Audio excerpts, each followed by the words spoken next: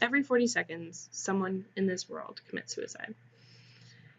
It's a silent epidemic that has hit our world by storm. It always seems to hit us so suddenly, we never even get the chance to say goodbye. And as a teenager, this is really difficult. Your friends in high school are your friends for life, and the idea that someone just takes their life away is frightening and scary. And if you have experienced suicide, if you're a survivor of suicide and you feel uncomfortable during this presentation, please leave. We completely understand. There is no judgment here.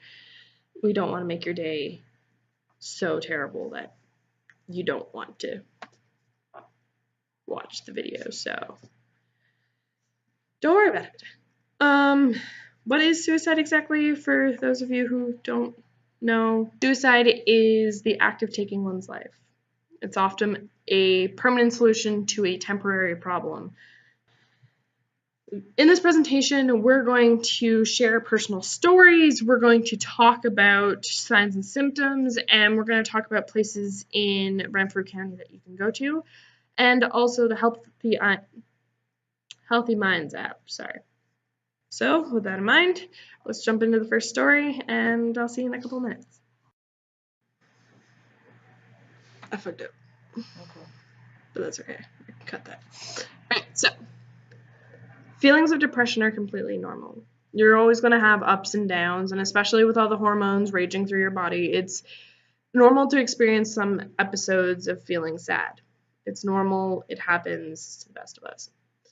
But feelings that you can't shake, the waking up and still feeling like nothing else is ever going to work out, or the loss of interest in everything that you used to find awesome, and I don't just mean going to your extracurricular activities. I mean having sex, going to work, going to school.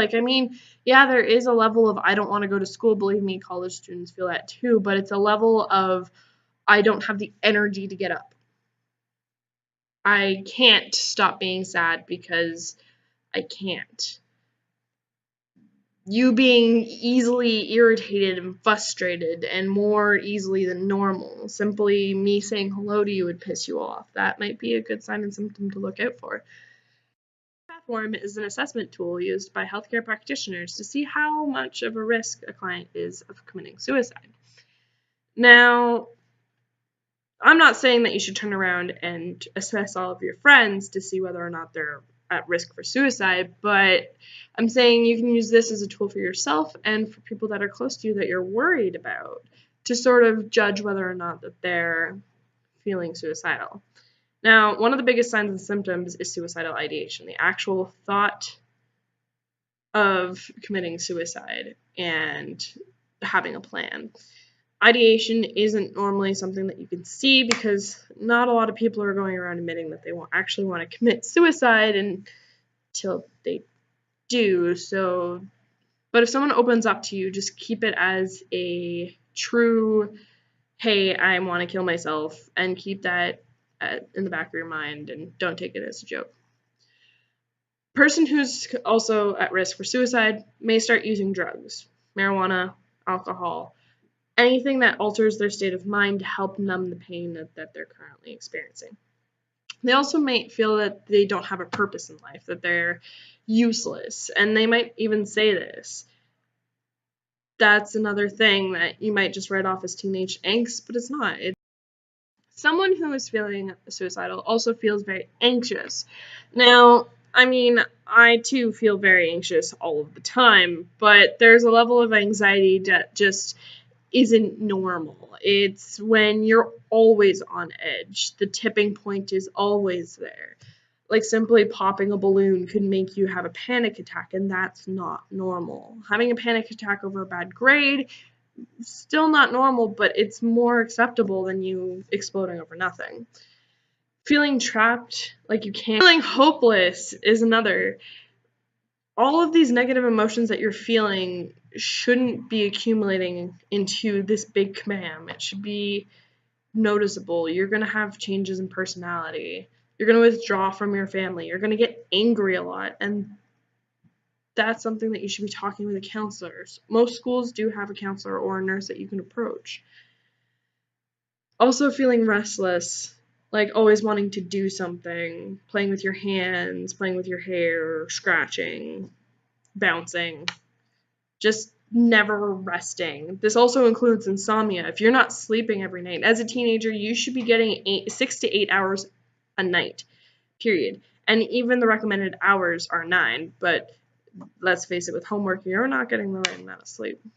You're also going to have a lot of changes in mood.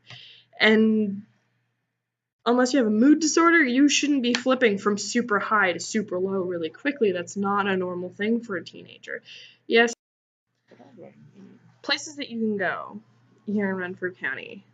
Luckily, we have a couple of good places. We have Pembroke Regional Hospital. We have the Renfrew Regional Hospital. Both are great and can accommodate if you're feeling sad or ready to take your own life. Those are 2 places that you can go in a crisis. If you're not too interested in going anywhere, you can also call the crisis helpline. For children, you can call, for anybody under 18, so most of you guys, you can call the kids helpline phone, which will be mentioned below. Or you can call the crisis line for the Pembroke Hospital, which I have written over here. That's why I'm looking. So 1-866-996-0991. You'll get it in your pamphlet when you leave. You can also call the mental health helpline. They have a website. You can Google it. But their number is 1-866-531-2600. If you're in the Ottawa area and you're feeling suicidal, you can go to the Queensway Carleton Hospital or the Royal. Both will welcome you. Just know that you're not alone. And we as nurses and we as people want to help you when you can't help yourself. And there's going to be no judgment. And we're not going to get mad at you. We're here to take care of you. So just keep that in mind. So from here, I'm going to send you to another story, and then we're going to talk about the Healthy Minds app and wrap everything up. See you soon, guys. The Healthy Minds app, you'll see it in your brochure once you get it, is an app that tracks your emotions and puts you through different activities to do to help control your emotions to bring you back to a slight norm. Now, they're not always going to be super fun. I mean, the breathing techniques are not very exciting. But at the same time, when you're having a lot of anxiety, it helps to take a couple of deep breaths. And especially with anger, it's a good way to just track your emotions. It's also a good place to look because you can see the different emotions you've been feeling lately and prompt what has caused you to feel this emotion. So, for example, I feel anxious because I'm about to take an exam, or I feel very angry because someone has cut me off. And it helps you realize what emotions are more common and what emotions are not. So I hope that you learned a little bit. I know that it's a heavy topic, and me talking to you for 7 minutes while in a boardroom isn't exactly what you planned for your afternoon. But if we could help just one person in this classroom or this gymnasium or anywhere, then that's good enough for us. So thank you for paying attention. Thank you for listening to us. If you have any questions, you can email me. I'll put my email down below. And yeah, we will give you your brochure. The presenter will ask you a couple of questions related to the video. And yeah, thank you so much. Have a great day, guys.